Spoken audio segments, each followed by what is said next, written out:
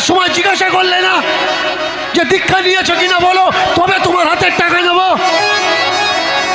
একবারও কেউ জিজ্ঞাসা করলো না যে দীক্ষা নিয়েছো কিনা বলো, তবে টাকা নেবো, না হলে নো। টাকা নেওয়ার সময় দীক্ষার দরকার নেই, ও টাকা যে কেউ দিলে হবে, কাউরা মুচি মেথর দিলে হবে, বাগদি হাড়ি নমসূদ্র দিলে হবে। কিন্তু জল যদি দেয় তখন জিজ্ঞেস করবে দীক্ষা নিয়েছে কিনা। এই সব বাবাজিগুলো বাজার থেকে মিনারেল ওয়াটারের বোতল কিনে খায়, দোকানদারকে জিজ্ঞাসা করে না যে ভর্তি করেছে ও দীক্ষা নিয়েছিল। তুমি যত্ন করে দেবে তখন জিজ্ঞাসা করে তুমি দীক্ষা নিয়েছ না। ভাই বোঝা লাগবে, এই ধান্দাবাজদের জন্য আজকের আমার দেশ লক্ষ লক্ষ বছর পিছিয়ে। চীন দেশে, জাপান, আমেরিকা দেখাতে পারবেন? দেখাতে পারবেন না। কারোর হাতে কারোর ছোঁয়া, কারোর খাওয়া। মানুষ দোষ দেয় মুসলমানদের।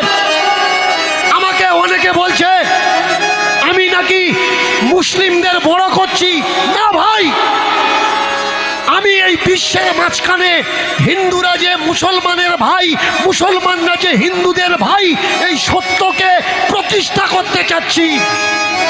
আমরা ভুলে গেছি কবিদের কবিতার কথা, মোরা একই বৃন্তে দুটি কুসুম, হিন্দু মুসলমান। মুসলিম তার নয়নমণি, হিন্দু তাহার প্রাণ। কারা এই মুসলমান? এরা সৌদি থেকে এসছে, আরব থেকে এসছে, পারস থেকে এসছে, অন্য দেশ থেকে, ইরাক, ইরান থেকে এসছে না। এরা আমাদেরই ভাই। ভাই এরা আমাদেরই ভাই।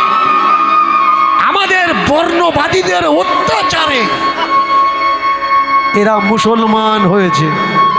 কিন্তু কিছু মিথ্যা ইতিহাসকার লেখকরা মিথ্যা ইতিহাস আমাদের জানিয়েছে ঔরঙ্গজেব নাকি জোর করে হিন্দুদের মুসলমান করেছে। এর জন্যে পড়াশুনো করা লাগবে ভাই। ঔরঙ্গজেব জোর করে হিন্দুদের মুসলমান করেনি। ইতিহাসটা পড়ে নেবেন যে ঔরঙ্গজেব কটা মন্দির তৈরি করেছে। এটা কেউ বলে না ঔরঙ্গজেব কটা মন্দির তৈরি করেছে, এটা বলে ঔরঙ্গজেব মন্দির ভেঙেছে। বলুন তো মন্দিরটা কার? মন্দির আপনার। মন্দির রক্ষা করার সময় আমরা সবাই হিন্দু। মন্দির যখন গন্ডগোল হয় আমরা সবাই কারা? আমরা সবাই হিন্দু। কিন্তু মন্দির যখন দখল হয়ে যায় ওই মন্দিরে আপনার অধিকার থাকবে না। ওই মন্দিরে ঠাকুরের কাছে কয়েকজন কন্ট্রাক্টর দাঁড়িয়ে থাকে। তারা কে?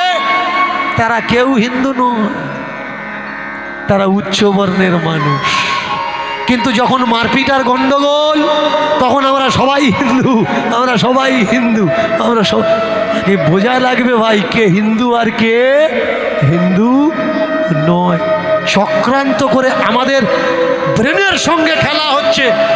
যেদিন আমরা খাতা কলম, কাগজ কলম নিয়ে স্কুলে ছুটবো, কলেজে ছুটবো, আমরা লেখাপড়া শিখবো, এরা আমাদের ঠকাতে পারবে না। এর জন্যে পড়াশুনো করার দরকার ভাই। ঔরঙ্গজেব 50 বছর শাসন করেছিলেন ভারতবর্ষ। ভালো করে শুনুন, মুসলমান নবাবরা এদেশের ক্ষতি করেনি। তারা এদেশ থেকে সোনাদানা নিয়ে ইরাক, ইরান চলে যায়নি। তারা এই দেশে রাজত্ব করেছে, টাকা এই দেশেই লাগিয়েছে। লাল কিলা কে তৈরি করেছে? এর জন্য ইতিহাস আগে পড়ালো। হালাকি বিতর্ক অনেক কিছু আছে, কিন্তু তারা এদেশের টাকা পয়সা নিয়ে বাইরে কেউ যায়নি। যারা বলছে ঔরঙ্গজেবের অত্যাচারে হিন্দুরা মুসলমান হয়েছে, শুনে নাও কান খুলে। ঔরঙ্গজেব 50 বছর রাজত্ব করেছে। অনেকে বলে 10,000 করে হিন্দু প্রত্যেক দিন মুসলমান করেছে। বলুন তো 50 বছর যে মানুষটা রাজত্ব করেছে 10,000 করে হিন্দু যদি মুসলমান করত, এই ভারতবর্ষে আর হিন্দু বলে কেউ থাকতো না। তাহলে মুসলমান কারা হয়েছে? ওরা দেখেছিল একজন মৌলবী, একজন মাওলানা যেখানে দাঁড়িয়ে নামাজ পড়ে সেখানে একজন ফকিরও নামাজ পড়তে পারে। একজন মৌলভী, একজন মাওলানা, একজন হাফেজ, একজন আলেম, একজন এলফ, তারা যেখানে বসে খায় একটা ফকিরও তার পাশে বসে খেতে পারে। কিন্তু আমার সমাজে ব্রাহ্মণ যে রাস্তা দিয়ে চলে সেই রাস্তা দিয়ে নিজ জাতের মানুষ চলতে পারবে না। ব্রাহ্মণ যে পুকুরের জল খায় নিজ জাতের মানুষ সে পুকুরের জল খেতে পারবে না। ব্রাহ্মণ মন্দিরে উঠতে পারবে কিন্তু নিজ জাতের মানুষগুলো মন্দিরে উঠতে পারবে না। আমাদের উচ্চ বর্ণদের অত্যাচার সহ্য করতে না পেরেই এরা মুসলমান হচ্ছে। এটাই হচ্ছে ইতিহাস, আগে জানা লাগবে। দীনকৃষ্ণ ঠাকুর বলতে চাচ্ছে, ভাই আমরা সবাই ভাই ভাই, আমরা না তো হিন্দু না তো আমরা মুসলমান। जन्म से पहले हम पहले इंसान, जन्मानोर परे আমরা কি না হিন্দু না मुसलमान, सबसे आगे हैं इंसान। ना हिंदू बनो ना बनो तुम मुसलमान, ना हिंदू बनो ना बनो तुम मुसलमान।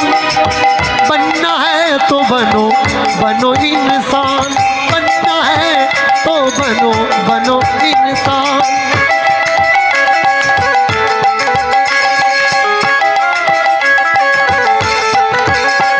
ना हिंदू बनो ना बनो तुम मुसलमान, हिंदू बनो ना बनो तुम मुसलमान। बनना है तो बनो बनो इंसान, बनना है तो बनो बनो इंसान। बनना है तो बनो बनो मुसलमान, ना बनो इंसान। সবার উপরে মানুষ সত্য, আগে মানুষ হওয়া লাগবে।